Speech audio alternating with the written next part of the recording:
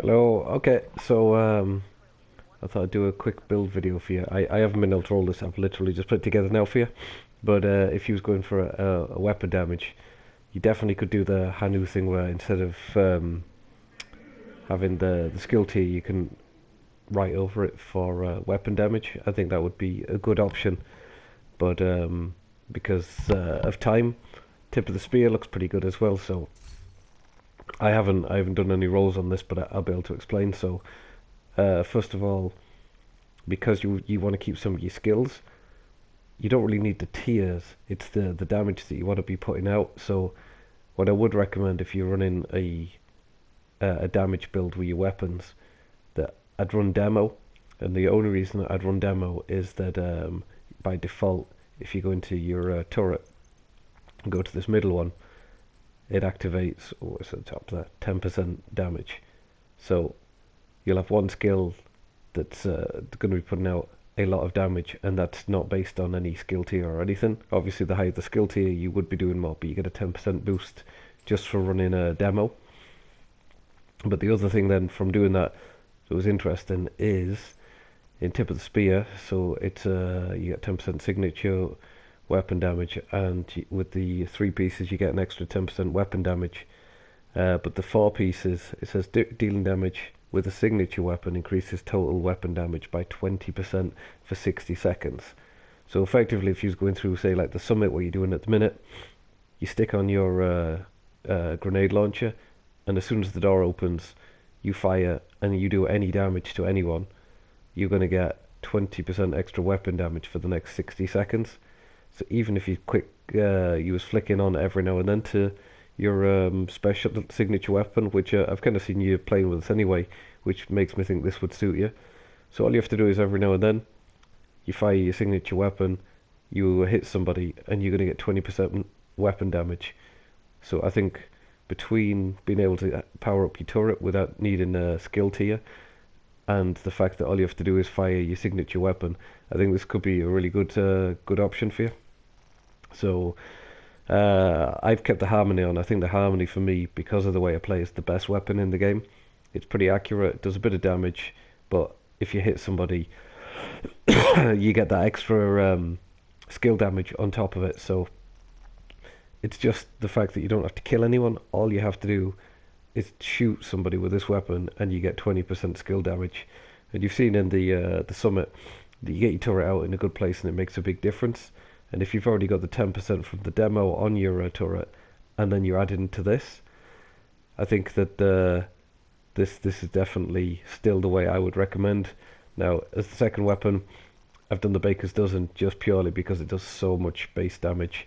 Um, but you could mess around with the weapons there. I just think because it's a DPS, I'd go with the Baker's Dozen because it's accurate, easy to use, does loads of damage. Um, I thought this one was pretty important, so to have tip on your chest piece because it increases the weapon damage bonus from 20% to 40%. So what's that's saying is if you get your specialized weapon out, you hit someone with it, instead of doing 20% weapon damage, then you're doing 40% weapon damage just from having this on as your chest piece. The backpack then. So I think this one isn't that important.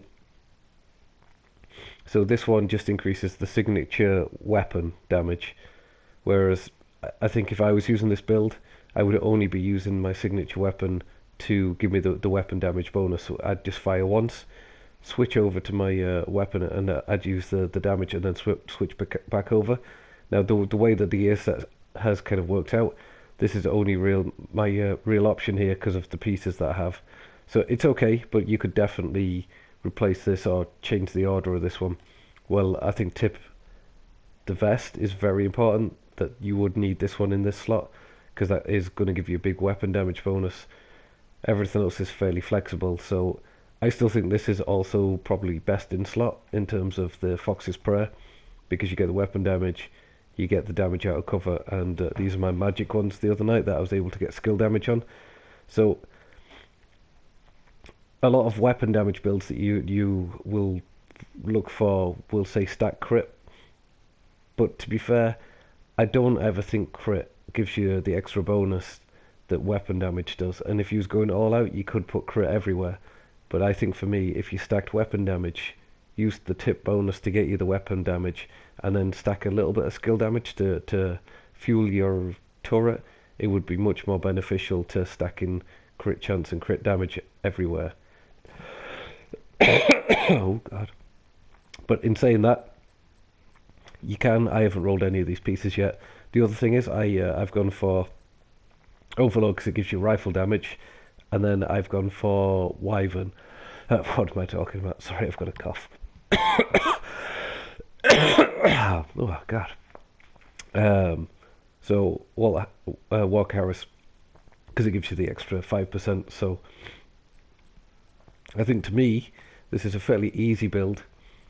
But I think if you're going for a damage build that is going to give you a big boost of weapon damage by firing your signature weapon, you've still got a super powerful turret. It won't be as powerful, obviously, as a skill damage one, but that's still going to put down a lot of damage because of the way this is built and because you run the demo.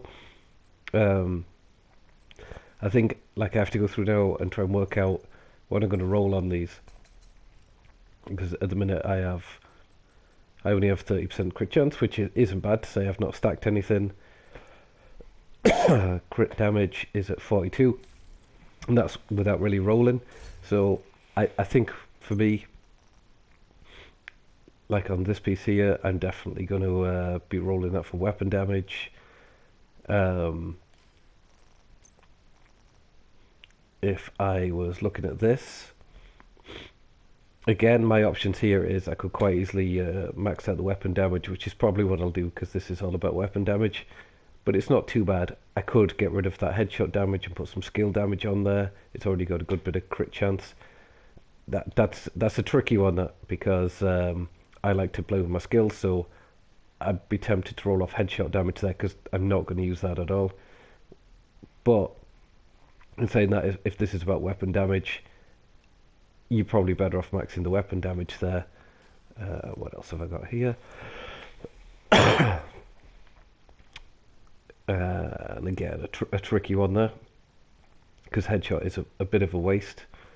But if this is purely about firing your weapon and doing the most damage, then you'd stack weapon damage, max that out to 15, because every now and then you'll get a headshot.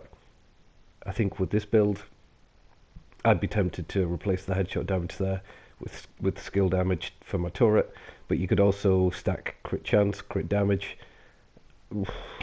I think though, again, the easy option there would be to just max out your base weapon damage. Ha! Look at that, you've just sent me an invite. So on that, I'm going to leave you with that one and I'm going to join you, okay? In 2 seconds.